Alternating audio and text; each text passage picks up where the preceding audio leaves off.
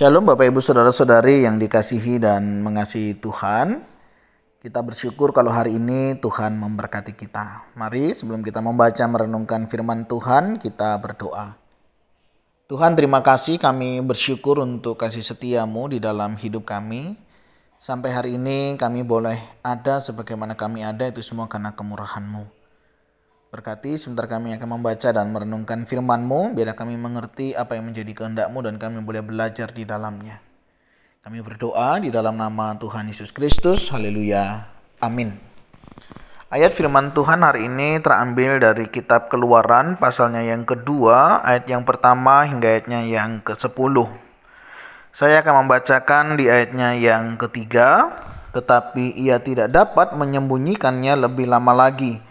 Sebab itu diambilnya sebuah peti pandan, dipakalnya dengan gala-gala dan ter, diletakkannya bayi itu di dalamnya dan ditaruhnya peti itu di tengah-tengah teberau di tepi sungai Nil.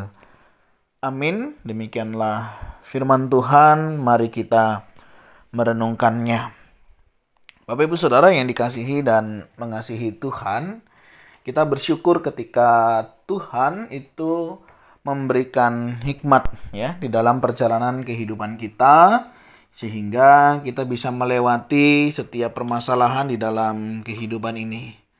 Ibarat ya, kalau orang bikin gembok itu pasti ada kuncinya. Demikian juga di dalam perjalanan hidup kita. Tidak ada masalah, tidak ada pergumulan yang tidak ada jalan keluar. Ketika kita mau, ketika Tuhan yang memimpin kita percaya, Tuhan juga yang akan menyertai.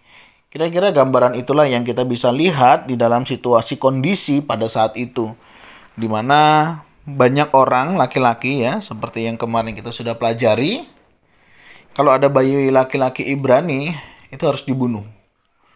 Nah, memang tanpa terkecuali hal itu terjadi ya, dan Firaun dengan pasukannya juga melakukan hal-hal yang demikian. Nah, namun di kisah ini kita akan melihat bagaimana ada satu tokoh, ada satu orang yang memang Tuhan jaga, Tuhan pelihara ya. Di mana dia lahir dari keturunan Lewi yang kemudian kelak diberi nama Musa karena diambilnya dari air. Nah, kisah kehidupannya menarik di saat suasana yang begitu genting ya. Tuhan memberikan ide, Tuhan memberikan hikmat kepada orang tua daripada Musa untuk membuat Musa di dalam sebuah tempat begitu ya. Dikatakan diambilnya sebuah peti pandan, dipakalnya dengan gala-gala dan ter yang kemudian diletakkan ke sana, di mana bayi ini kemudian dilarung ya istilahnya, ditaruh peti kemudian di tengah-tengah teberau di tepi sungai Nil yang dengan harapan bisa diketemukan oleh putri Firaun. Nah, kalau di dalam kerajaan mungkin dia bisa jauh lebih aman. Makanya ada orang bilang tempat yang paling aman adalah di tempat musuh ya. Nah, ini kira-kira gambarannya seperti itu. Jadi kemudian saudaranya datang menjumpai dan menawarkan inang pengasuh ya. Inang pengasuh itu ya yang menyusui, yang bisa merawat, tetapi mereka ada dalam perlindungan. Saya pikir bukan untuk mencari keuntungan ya dengan biaya kehidupan yang kemudian ditanggung, tidak, bukan parasit ya. Tetapi memang adalah salah satu upaya. Dan menariknya di sini memang Tuhan memakai cara ini. Tuhan juga yang kemudian memelihara Musa sampai akhirnya Tuhan memakai Musa menjadi abdi Tuhan yang luar biasa. Nah, pelajaran apa yang kita bisa dapat dari kisah Musa di sini? Yang pertama, dalam setiap pergumulan selalu ada jalan keluar. Kalaupun kita tidak menemukan jalan keluar, kita bisa mencari jalan masuknya. Dari mana masalah ini datang? Dari mana pergumulan ini bisa ada? Nah, Bapak Ibu Saudara, ketika kita menghadapi permasalahan dan ketika kita tidak menemukan jalan keluar, coba kita mulai mencari jalan masuknya dari mana, sehingga kita bisa tahu ya permasalahan penyebabnya apa dan dari mananya, sehingga kita nanti bisa menyelesaikan setiap masalah itu dengan baik. Dan percayalah, setiap permasalahan yang Tuhan izinkan terjadi pasti ya ada jalan keluar atau jalan masuk yang kita bisa lalui, dan tentunya tidak melebihi daripada kekuatan atau kemampuan kita. Dan ketika kita dipercayakan menghadapi itu karena Tuhan tahu dan mengenal kita, bahwa kita pasti bisa melewatinya dan melaluinya.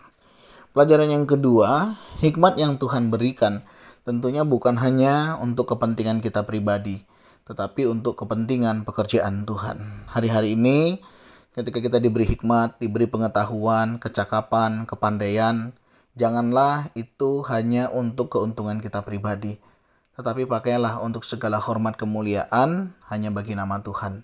Sehingga apa yang kita kerjakan, nama Tuhanlah yang dimuliakan.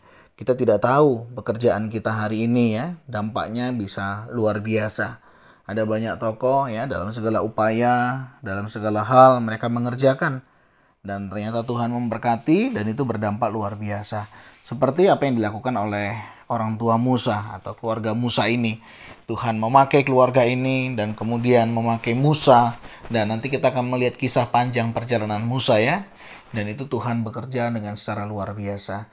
Nah mungkin hari ini kita hanya sebagai orang pemula ya. Sebagai orang yang membuka jalan. Seterusnya Tuhan akan berkarya di dalam kehidupan orang-orang yang ada di sekitar kita. Apapun peran kita hari ini, mari kita kerjakan dengan baik ya. Supaya apa? Supaya kita boleh bertanggung jawab ya dengan apa yang sudah Tuhan berikan.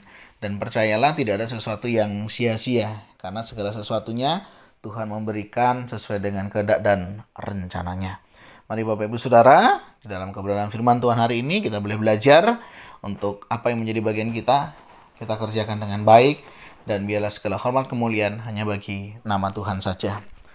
Tuhan, terima kasih, kami bersyukur ketika Engkau mengizinkan pergumulan, permasalahan dalam hidup untuk kami menyadari bahwa kami butuh Tuhan. Kami butuh anugerah-Mu, kami butuh kemurahan-Mu, dan kami rindu kami boleh melakukan apa yang menjadi bagian kami dengan baik. Ajar-ajari kami, berikan kami hikmat, dan hidup senantiasa mengandalkan Engkau, dan kiranya nama Tuhanlah yang dimuliakan. Kami berdoa menyerahkan hidup kami selanjutnya, berdoa untuk setiap kami jika ada di antara kami yang sedang mengalami permasalahan, pergumulan kehidupan, biarlah kami bisa menghadapi menjalaninya dengan pertolongan yang daripada Tuhan. Ini doa seru kami ya Tuhan, kami naikkan di dalam nama Tuhan Yesus Kristus. Haleluya. Amin. Bapak Ibu Saudara, demikian renungan kita hari ini. Kiranya Tuhan Yesus memberkati kita sekalian.